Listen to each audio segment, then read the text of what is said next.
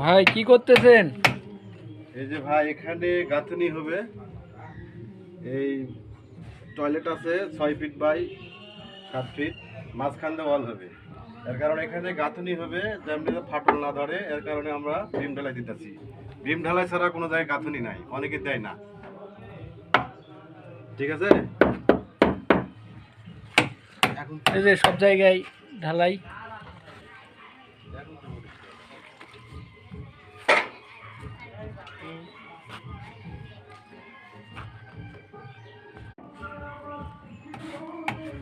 ভাই কি করতেছেন?